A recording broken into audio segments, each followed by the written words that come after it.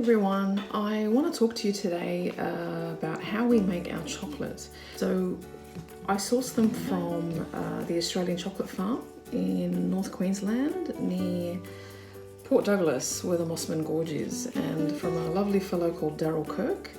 And these are what the fresh pods look like if you have a look. So this is actually, they're both real, but they've dried out. When they are fresh, they're like a bright yellow or orange. They can also be green, they can be red, they can come in many colors. So it's very fascinating, and I love the smell and the taste of them when they're fresh. It's like amazing.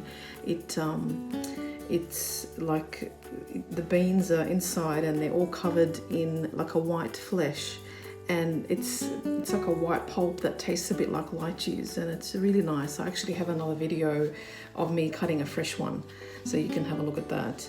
So yeah, thanks to Daryl in the Australian Chocolate Farm, we're able to source and use Australian grown cocoa beans to make Australian chocolate, which is something I'm very passionate about.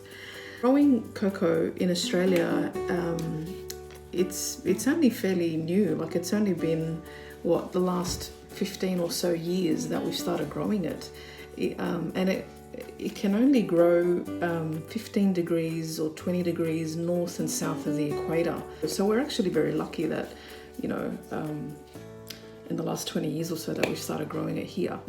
So that's the pods, okay, and inside the pods are the beans, and this is what the beans look like. I'll just grab some out and put them here. So these beans are dried. So when the farmer harvests them, they cut the pods off, okay, and then they have to harvest. So they cut them open and they take the fresh beans out, and they have to ferment it for around a week, let's say. And without fermentation, really, the beans will never taste like chocolate. So it's a really crucial step.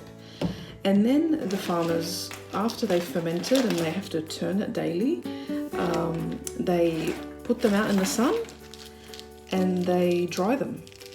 So it needs to be dried. And then once they're dried, that is when chocolate makers like me get them. So, and once I get them, we have to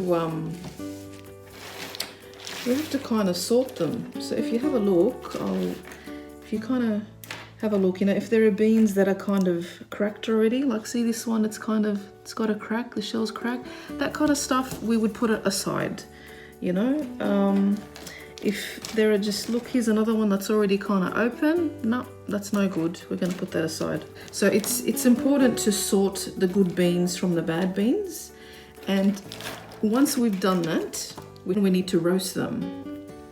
And roasting, I guess, is a critical process for us, because that's where we develop most of the flavor in the chocolate.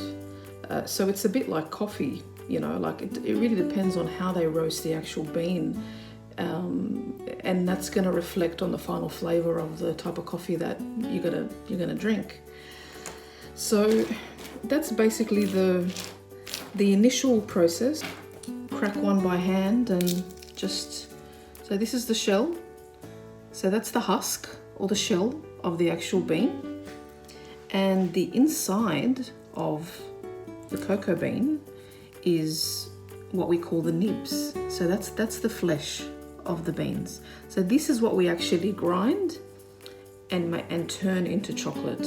And the amazing thing is that the nib or the bean actually consists of 50% cocoa butter.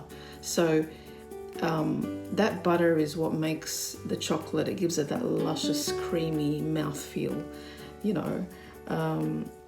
So yeah, and yeah, once we roast, we then need to crack and winnow. So I'll show you our roasting process in a separate video. There will be more about our behind the scenes and making chocolate.